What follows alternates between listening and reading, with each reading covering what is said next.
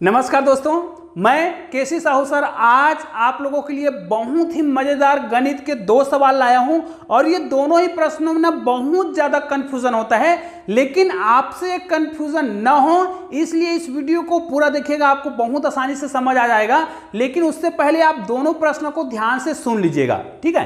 पहला प्रश्न ये है कि अगर हमारे पास 4 मीटर लंबा और 4 मीटर चौड़ा कपड़े का टुकड़ा है, ध्यान दीजिए 4 मीटर लंबा और 4 मीटर चौड़ा एक कपड़े का टुकड़ा है और उसका मूल्य यदि 400 रुपए है, ध्यान दीजिए 4 मीटर लंबा 4 मीटर चौड़ा कपड़े का जो मूल्य है वो 400 रुपए है, तो आपको केवल एक ही चीज बताना है भाई, अगर उन्हीं में से अगर हम 2 मीटर लंबा और 2 मीटर चौड़ा कपड़ा लेना चाहें तो उसका मूल्य क्या होगा। बस ध्यान से इस प्रश्न का उत्तर दीजिएगा, हड़बड़ी में तो बिल्कुल भी उत्तर मत दीजिएगा, क्योंकि जब भी हड़बड़ी करेंगे तो गड़बड़ी होगा और गड़बड़ी होगा मतलब उत्तर गलत आएगा। तो इस प्रश्न का उत्तर बहुत ध्यान से इसको पढ़ लीजिएगा और आपको 2 मीटर लंबा और 2 मीटर चौड़ा कपड़े का मूल्य बताना है। दूसरा प्रश्न क्या है, ध्यान दीजिए, दूसरा प्रश्न यहां पर यह है कि भाई यदि आपको एक घन दिया जाए, घन हो जाए घनाभ हो, चल मैं यहां पर एक घन का चित्र बना देता हूं ताकि आपको समझ आ सके कि हम ये जानते हैं कि घन हो या घनाभ हो उसके कितने कोण होते हैं, कितने कोण होते हैं जी, 8 कोण होते हैं। गिन सकते हैं 1 2 3 4 5 6 और 8। यहां पर देखिए सबको गिनेंगे तो 8 कोण ही होगा, क्योंकि घन हो या घनाभ उसके कितने कोण होते हैं, 8 कोण होते हैं।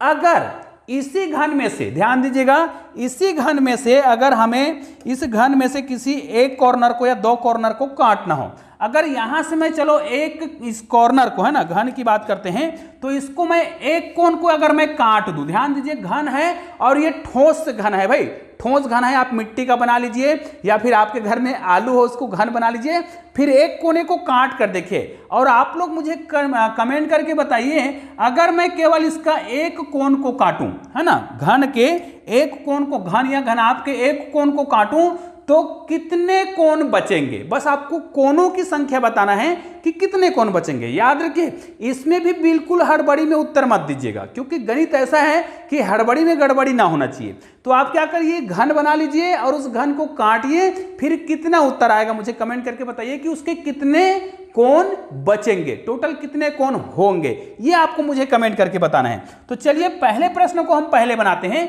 यहां पर हमने जो प्रश्न लिखा, प्रश्न तो अब हमको समझ आ गया है कि 4 मीटर लंबा और 4 मीटर चौड़ा एक कपड़ा लेना है जिसका मूल्य 400 रुपए है, तो हमें 2 मीटर लंबा और 2 मीटर चौड़े कपड़े का मूल्य बताना है। तो चलिए इसको मैं थोड़ा सा छोटा कर देता हूं और यहां पर इस प्रश्न को हम क्या कर देते हैं, रख देते हैं। ये देखिए हमने प्रश्न को रख दिया।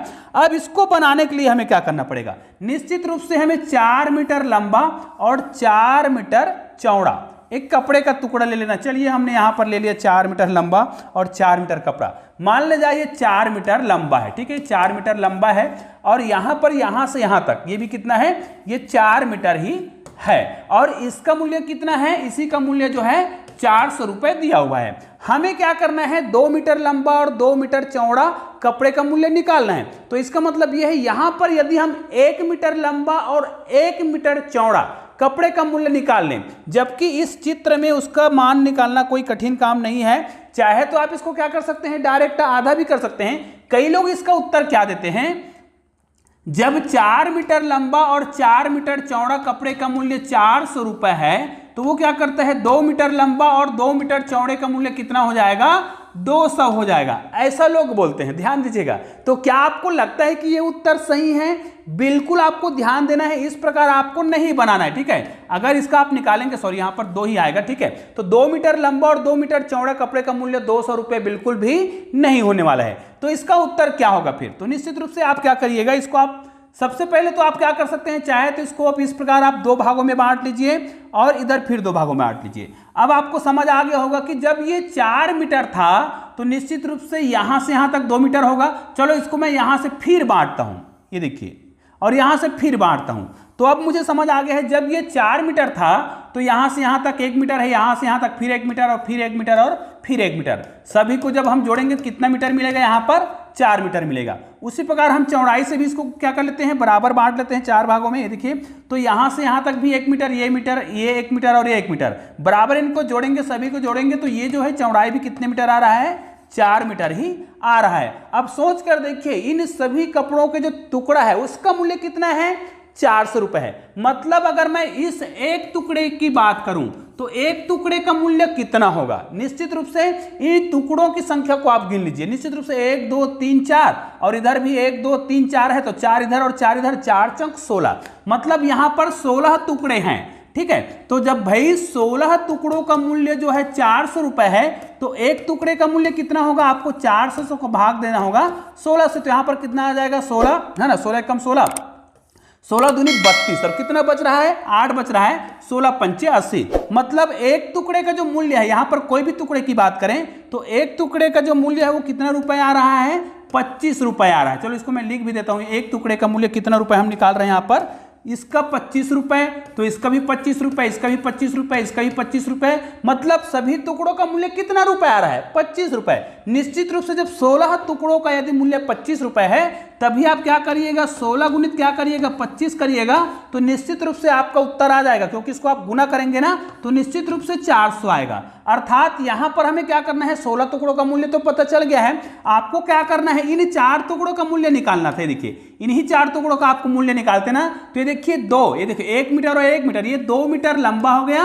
और ये 2 मीटर चौड़ा। निश्चित रूप से 2 मीटर लंबा और 2 मीटर चौड़ा कपड़े का मूल्य आपको दिखाई दे रहा होगा। यहां पर देखिए 25 रुपए, 25 रुपए, 25 रुपए और 25 रुपए, 25 चौक कितना रुपए हो रहा है, 100 रुपए हो रहा है। जबकि हम इसको आधा करके देखते ना तो उत्तर गलत हो रहा था। अब देखिए अगर ये 100 रुपए है तो इन 4 भागों का भी 100 रुपया, इन 4 भागों का भी 100 रुपया और इन 4 भागों का भी 100 रुपया हो रहा है। तो 100 को जब हम 4 बार जोड़ेंगे तो 400 आएगा। तो ये भी बिल्कुल परफेक्ट है। याद रखिए इसको आप डायरेक्ट उत्तर इसलिए इस प्रकार बता सकते थे, जिसको आप क्या करते 4 भागों में बांटते ना, तो जब भाई इसका 400 है, ये 4 बराबर भागों में बढ़ रहा है और 2/2 का निकल रहा है, तो डायरेक्ट आप इसको 4 से भाग देकर भी उत्तर निकाल सकते थे। तो मैंने यहां पर बेसिक तरीके से बनाने का प्रयास किया है, इसलिए मैंने इसको इस प्रकार बताया है। और इस प्रश्न का उत्तर क्या होगा आप लोगों ने मुझे कमेंट जरूर किया होगा। ध्यान दीजिएगा, जब हम 3D है ना, 3D आकृति वाले वस्तु की बात करते हैं, 3 डायमेंशनल, तो यहां पर जब एक कॉर्नर को काटेंगे और वो 3D है, मतलब लंबाई और चौड़ाई और ऊंचाई है, और यहां पर जब एक कोण को आप काटेंगे और यदि वो घन या घनाभ है ना, ठोस वस्तु है और घन और घनाभ है, तो एक कॉर्नर को काटेंगे तो उसमें क्या होगा, 3 कॉर्नर बनेगा। तो एक कोण तो पहले से था, मतलब हम ये कह सकते हैं कि 2 कोण और बढ़ा। और जब हम जानते हैं कि घन में या फिर घनाभ में कितने कोण होते हैं, टोटल 8 कोण होते हैं, तो 2 कोण और बढ़ा है। क्योंकि एक कोण तो पहले से था, तो 8 में से 1 को पहले माइनस करेंगे तो कितना हो जाएगा, उसमें 7 हो जाएगा, फिर 3 को जोड़ेंगे, या फिर ये कहा जाए 8 कोण था, 3 कोण और बना, जिसमें से 1 कोण काट रहे हैं। इसका मतलब यह है कि 8 और 2 कितने कोण बच गए, 10 कोण बनेंगे। मतलब कोणों की संख्या कम नहीं होगा। कई लोग ये सोचते हैं कि एक कोण को काट दिया, 8 कोण था तो 7 कोण ही बचेंगे। ऐसा बिल्कुल भी नहीं है, क्योंकि हमने एक कोण को काटा तो 2 एक्स्ट्रा कोण बने, मतलब 3 कोण बने, जिनमें से 2 कोण एक्स्ट्रा था। तो इस प्रकार यदि घन और घनाभ के एक कोण को हम काटेंगे तो टोटल 10 कोण बनेंगे, बचेंगे मतलब। तो निश्चित रूप से यह वीडियो बहुत ही सरल सा वीडियो है, बहुत ही मजेदार वीडियो है, इसलिए इस वीडियो को अधिक से अधिक शेयर जरूर करिएगा। तो दोस्तों मिलते हैं एक और बेहतरीन वीडियो के साथ, तब तक के लिए जय हिंद, जय भारत।